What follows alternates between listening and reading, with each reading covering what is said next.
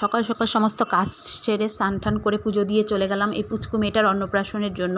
স্নান, গায়ে হলুদ আর স্নান, আজকের অন্নপ্রাশন। এই হলো এর মা, এরা মামি।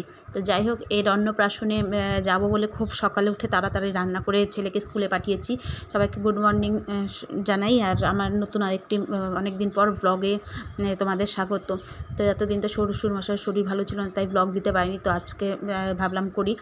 তো এই দেখো, সকালে উঠে পড়েছি তাড়াতাড়ি। আর ওয়েদার তো যেরকম সেরকমই, বৃষ্টি প্রচণ্ড। যাই হোক, ওইভাবেই সব কাজ করতে হবে। তো ছেলেকে যে দুধ গরম করে দিয়েছি, ও দুধ খেয়ে চলে গেছে। আর একটু সয়াবিন ভিজিয়ে রেখেছি, ভাবছি এটাই তরকারি করব, যেহেতু নিমন্ত্রণ আছে। আর অ্যাপেল সিদ্ধ করব শ্বশুরমশাইয়ের জন্য। আর এই যে ছেলেকে স্কুল টিফিন বাটি সব রেডি করে দিয়েছি। ও দুধ খাচ্ছে, দেরি করছে, ওগুলোকে বকা দিচ্ছিলাম যে দুধটা তাড়াতাড়ি রেডি হতে হবে। তো বিছানাপত্র কিছু গুছাইনি, ওইভাবেই রাখা আছে। তো এই যে গুছিয়ে সমস্ত কিছু গুছিয়ে নিয়েছি, তাড়াহুড়ো করছি। 2 ঘরের বিছানা তোলা, আর ওই ঘরের ভাবছি বিছানার চাদরগুলো আজকে ধুয়ে দেবো। আর এই শাড়িটা বের করেছি, আজকে এটাই পরে যাব। তো আগের দিনই এগুলো সব রেডি করে রেখেছি, নাহলে দেরি হয়ে যায় বলে। তো এই শাড়িটা বের করে রেখে তারপরে ছেলেকে রেডি করিয়ে ওকে স্কুলে পাঠিয়ে দিলাম।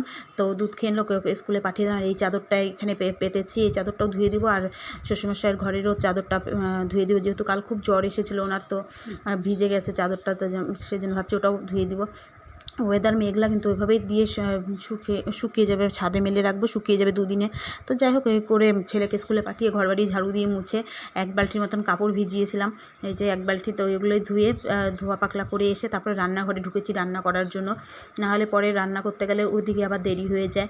আর এই লেপ কাঁথাগুলো গায়ে দিয়েছিল, তো এগুলো একটু ভাবছি রোদ তো নেই, তো একটু হাওয়ায় দিয়ে দিত। এমনি ধুলে তো শুকাবে না, তাই হাওয়ায় ছাদে মেলে দেবো, শুকিয়ে যাবে। আর এই দেখো, নতুন মা এসেছে যে পুজো দিতে ঠাকুরকে। এটা আমাদের, এটা যেহেতু মন্দির একটা, তো সেই জন্য এই মন্দিরে একটু ঠাকুরকে জল মিষ্টি দিতে এসেছে ফুল দিয়ে। তো এরই মেয়ের আজকে অন্নপ্রাশন। তো এসেছে এখানে একটু পুজো করে, তারপরে আমরা একটু নিচে নেমেছিলাম। তো পুজো করে তারপরে চলে গেছি হলো ঘরে এসে যেহেতু রান্না বসিয়েছিলাম, তো ওই জন্য তাড়াহুড়ো করে চলে এসেছি। রান্নাবান্না কমপ্লিট করেছি, বড় ওইদিকে অফিস চলে গেছে। তো আমিও সকালবেলায় কোনো রকম রান্না করেছি। রান্নায় সেরকম কিছু করিনি, খালি মটর ভিজিয়েছিলাম, তো সেটার ঘুগনি করেছি। ওটাই নিরামিষ করেছি। সবাই সকালে ওই খেয়েছে।